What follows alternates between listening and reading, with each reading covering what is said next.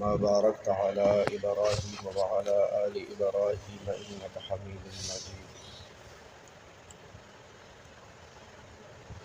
سورة السوا انزه سالوختم نمبر حدیث شریف دے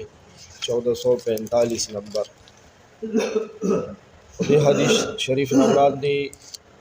دې حدیث مبارک نوران دی یو دا خبره یادو ساتو چې الله تعالی مونږ او تاسو ته حکم کړی دی چې زما ذکر ډیر ډیر کوئ. اذکروا الله ذکرا کثیرا، الله تعالی ډیر ډیر یادوي. بیا الله تعالی ډیر یادول څنګه دي؟ ناستا په ولاړه په روانه په ملاستا په هر حالت کې الله تعالی یادول. بیا ذکر لسانی، ذکر قلبی، په زبان الله تعالی یادول، په زړه کې الله یاد ساتل، هر وخت الله تعالی یاد ساتل چې دا ډیر ذکر دی. د دې بهترین شکل او صورت دا دی چې جناب نبی کریم صلی الله علیه وسلم مونږ او تاسو ته کوم د موقع محل دعاګانې خولې دي، مسنون دعاګانې.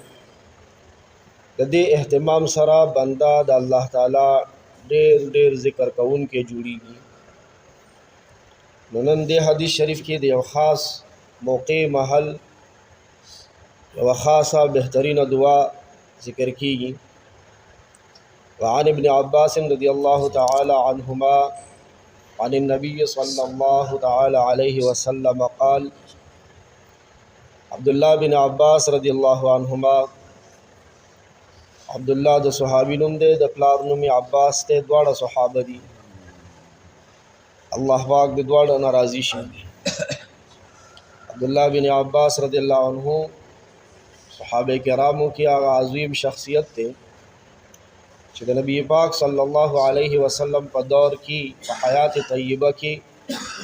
مفتی صحابي او د نبی علیہ السلام په ژوند کې با صحابو ته د مسلو پوښتنې کولې، استفتاګانې او دی به جواب ورکول او دا جواب به صحیح او معتبر و. عبدالله بن عباس رضی الله عنهما او نبی علیہ السلام ورته دعا کړې د ترجمان القرآن ورته ویل کېږي، لسان القرآن، ترجمان القرآن، قرآن شریف ماهر صحابی. عن النبی صلی الله تعالی علیہ وسلم قال. د نبی علیہ السلام دا حدیث را نقل کړي.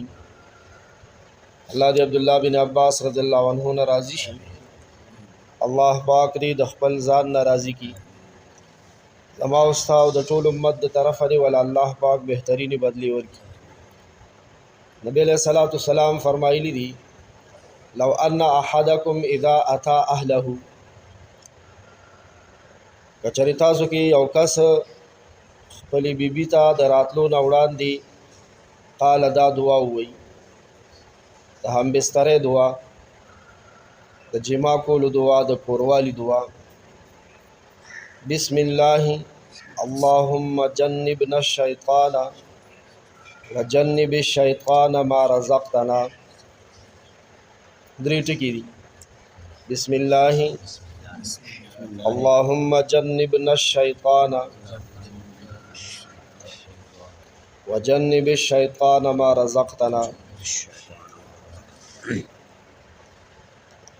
معنی دا دا بسم الله د الله په نامې سره، اللهم یا الله جنبنا الشیطان، مونږ د شیطان نه بچ کا، وجنب الشیطان ما رزقتنا، او لری کا شیطان زمونږ د اولاد نه چې کوم اولاد ته مونږ له راکولو والای. د الله نوم سره یا الله مونږ لری کا شیطان نه، او شیطان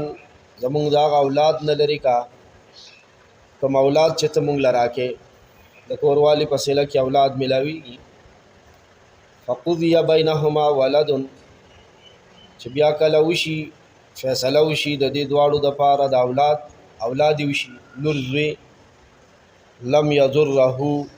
نو بیا شیطان هغه ته نقصان نشي رسولی. سبحانه د شیطانی اثراتو نه دغه اولاد محفوظي چې د چا مور پلار د ملاوېدو په وخت کې د دې دعا اهتمام کړي. متفق علیه. دا ځینې به وایي اوس ترې راته وښولم زه څه وکړم نو اوس هم دین آسان دی ما ته غوږ ونیسئ. چې څوک وایي چې استاد جوس ترې راته دا دعا وښوله هغه دې یاد وساتي کوم وختونه ترې نه د دې دعا نه بغیر تیر شوي دي پیمانه دي شي زړه کې دې رامات شي عاجزي دې اختیار کې الله ته د مسلمان په ملک کې د مسلمان په کلي او په کور کې زه اوسېدم او دا دعا مې نه وزده یا الله زه توبه وباسم په تیر ژوند چې د دې دعا نه بغیر زما کوم ژوند تیر شوی دی زه د هغې څه وباسم توبه. هغه کم مجلسونه کم موقع چې د دعا نه بغیر تیرې شوي دي رښتینې توبې سره به ورپسې الله پاک د دعا والا کړي. استغفار خو ویلی شو او که نه بیا هم ملامته کوئ چې اوس ترې راته دا دعا وښوله مړه ته مخکې چېرته وي نو بیا کار نه شي ښه بیا به نه اوس ګټه وکړم او نه هغه تیر نقصان را سر کولی شم او الله مهربانه دی چې ځان ملامته کړم او استغفار وکړم چې کومې موقع ما نه بغیر دعا تیرې شوي دي. خدای خبر ښځه او خاوند دغه وخت کې کمې کیسې کوي او ډرامې کوي فلم ګوري د هغې نه بعد میلاویږي فټوان ګوري د هغې نه بعد میلاویږي دمتوب کوي د هغې نه بعد میلاویږي او بیا به د بچو نه د ښې تمه کوي دوکه کې پروت دی. ګورئ دا الله پاک بنده په څو څیزونو کې امتحان کې اچولی دی. یو عقل الله ولا عقل ورکړی دی یو شهوت او بل غضب غصه دا درې څیزونه الله پاک دې بنده کې اچولي دي د خمبیر کې هغه غلي دي دې کې ازمیخت پې کوي ازمیخت عقل چې کم زیات شي هم سړی ګمراه کېږي خطا کېږي هر څیز ته د عقل په نظر ګوري. افلاطون د موسی علیه السلام په دور کې بني اسرائیلو ته وایي ډېر هوښیار د افلاطون اوس هم خلک وایي څه افلاطون یې ځان ته جوړ کړی بني اسرائیلو ته ویل ورشئ د یو خبرې تپوس ته وکړئ که جواب یې درکړو ویې منئ پیغمبر دی او که درې نه کړو بیا پیغمبر نه دی ځکه ما ته پته ده چې هوښیار نه هوښیار سړی هم د دې مسلې جواب نشي کولی که ده وکړو ده ته جبریل ویلي او چې چا له جبریل راځي هغه پیغمبر تپوس یې وله ورکړو وي ورشه ورته وایه چې اسمان لینده شوه مصیبتونه غشي شوه ویشتونکی الله دی او نشانه انسان دی دا انسان به چېرته بچ کېږي اسمان لینده ده مصیبتونه غشي دي ویشتونکی الله دی الله نشانه خطا ځي او نښه څوک دی بنده انسان دی به چېرته بچ کېږي. موسی علیه السلام له چې دی رالو نو موسی علیه السلام چې څنګه سوال واورېد وایي د ویشتونکي خوا دې ونیسي بچ بشي د الله د ګرفت نه چې څوک ځان بچ کول غواړي که نه نورو څیزونو نه چې سړی ویره کوي او ځان ترې بچ کوي نو تښتي به دی زهرو نه ځان بچ کوي ځان به ته لرې کوي بجلی نه ځان بچ کوي نو ځان به ته لرې کوي ګاډي نه ځان بچ کوي نو ځان به ته لرې کوي د لیوني سپي نه ځان بچ کوي نو ځان به ته لرې کوي د لیوه نه د درنده نه د زمري نه د اوبو د ډوبېدو نه چې ځان بچ کوي نو هغه ځای نه به څه کي لرې به تښتي او د الله تعالی نه ویره دا ده د الله د ګرفت نه او د مصیبت نه چې ځان بچ کوم نو الله ته به نږدې کېږم. د الله تعالی ته د نږدې کېدو مطلب دا دی چې کلمه به وایم په ایمان سره په کلمې سره بنده نږدې کېږي د خدای د ټیم چې کوم حکم دی دا به منم په سجدې سره بنده الله ته نږدې کېږي په تلاوت سره په صدقې سره په صله رحمۍ سره د ګاونډي سره په ښه سلوک په مسواک سره په تسبیح سره په نیکو عملونو سره. افلاطون لا غیرال افلاطون وایي صاحب جواب خو ټیک کړی ورشه ایمان پرې راوړئ یو مشر ورته وایي او ته ولې ایمان نه راوړي وایي دا خو د قمقلو دپاره پیغمبر دی زما خو عقل کار کوي زه خو به په خپل عقل ځان بچ کوم. اوس څه وی ځینې کوږي کوږ بار کې کوږ لرګي ټول بار خرابوي عقل پسې روان دي څه خو د شریعت هم منع کړه نو دغه عقل غلط استعمال شو لاړو د ایمان نه محروم شو. دا شان غضب غصه امام شافعي رحمت الله علیه فرمایلی وی چې کوم سړی د غصې په خبره نه غوسه کیږي او ما سي دیوال دی د غصې په خبره نه غوسه کیږي څه دیوال دی دو دیوال کې فرق نشته. او چې غصه شو او مخکې ورته بیا څه کوي عذر کوي چې سبب بس مانه غلطي وشو خیر معافي ده نه غواړم او دې بیا هغه خپل غصه او تو نه پریدي وی خر دی خر سو کوئی امام شافعي رحمت الله علیه چې د غصې په خبره غصه کیږي نه دیوال او چې غصه شو بیا را کوزيږي نه خر. نو غصه کې مونږ ازمایي او دریم څه شهوت دی. شهوت معنا چې کوم شی زمونږ غواړي چې تګي شو سمزړه غواړي ها او به چې اوږي شو سمزړه غواړي وجود ته څه ضرورت دی د روټه چې بیماران شو بیا زمونږ وجود ته څه ضرورت دی د علاج د دوايي دا منی کړه دا د دنیا هر انسان منی خیر دی استاسو ورته سمجونه راسي بیا وری خیر. دا شان یو بل کمزوري الله پاک په نرخزه کې اچولې ده او هغه ته ویل کېږي د انسان چې کوم فطري ضرورت دی د انسان نه د سړي خزینه او د خزینه سړي نه پوره کیږي. هغه د لپاره شریعت موږ لا د نکاح حلال پاک لار راکړي د نکاح. اوس دلته یو اهمه خبره درته کوم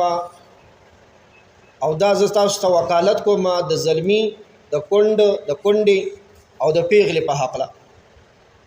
قسم جمع واخسته ډیره خبره ده قسم جمع نه خسته نو بیا به د خپل سمج علاج کوم ما ته بنه را برندېږي. زه یو داوا کوم و مده بی وادله واده کوي هغه مخکې نه واده اوسې ښځه مړه ده په سپینګیرې هم دی ولا سو کوي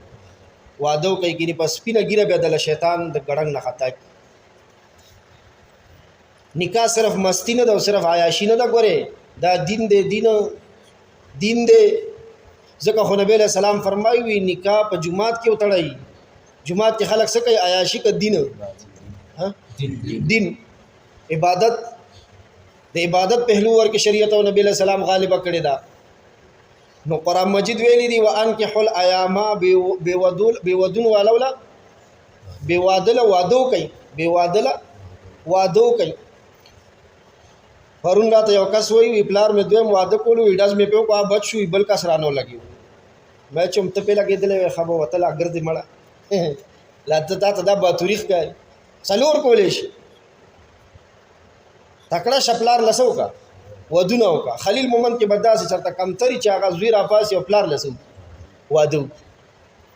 زمونږ د نبی له سلام نکو عبد المطلب عبد الله له واده کولو عبد الله له زوی له واده کولو د نبی له سلام پلار لا امینه بیبي ولا کوله. نو وهب رونه دي یو وفات شوی دی د امینه بیبي پلار وفات دی او دا بل نترته یو خپل لور ناسته ده یو ریره ورته ناسته ده. نو عبد المطلب چې لاړو نو هغه د تر هغه وريره خو خپل زوی عبد الله لو کده نبی صلی الله علیه وسلم مور بیبي امینه بیبي او هغه بل ترله چې وا دا غسړي خپل لور چې وا هغه ځان لو کنه یو ټیم سوش د پلار او د زوی وادو شو د ډولې راځي.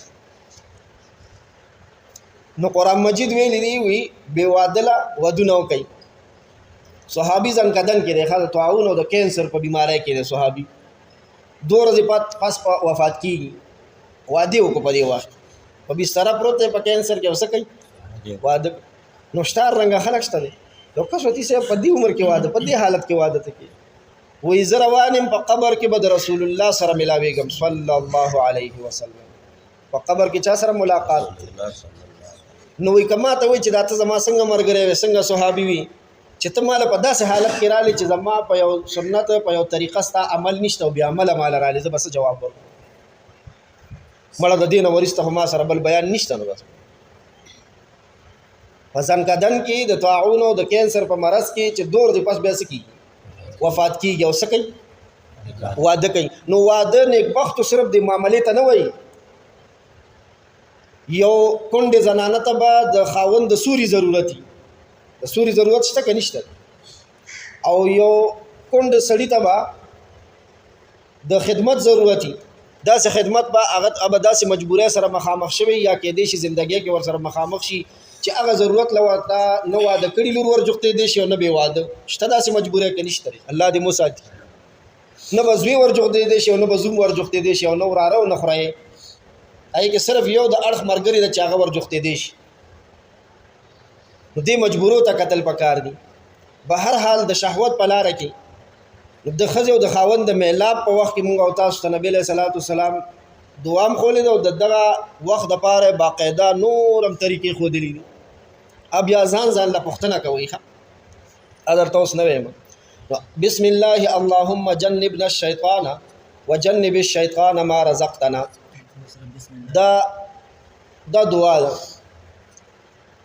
سوال دا دی چې ډېر خلک دا دعا وایي خو بیا هم په اولاد باندې شیطاني اثري د دې پهلنی جواب حدیث کې راغله چې ما لم یضره شیطان به ورته ضرر نه ورسوي چې څوک د دې دعا اهتمام کوي نو د ضرر نه مراد کفر دی چې کوم مور او پلار د میلاوېدو د کوروالي په وخت کې د دې دعا اهتمام کوي د دې دعا د برکته به اولاد په کفر نه مړ کېږي دا وړه فایده او بیا زمونږ په دې دور کې چې یصبح الرجل فيها مؤمنا ويمسي كافرا نبی علیہ السلام د دې دور په حق لویلو وي سحر به یو سړی مسلمان یو چې ماښام کېږي کافر شوی وي او زمونږ واړم کفر وایي ښه ولار را روان هم درې ماشومان په روډ په منځ ناست یو بل ته ووي ته فرعون یو زه خدای پاک یم د کفر یې وویلو دې ماشوم نو د دې دعا د برکته به د هغې خاتمه ښایسته کېږي حسن خاتمه به نصیب کېږي اولاد ته په کفر به نه مړ کېږي او دویم جواب دا دی لم یضره شیطان به ورته ضرر نه ورکوي یعنی په ده باندې به پیریان نه کینی په ده باندې به د میرګو بیماری نه راځي په ده به غوټه نه راځي نن اکثر واړه چې وګورو که نه اکثر واړه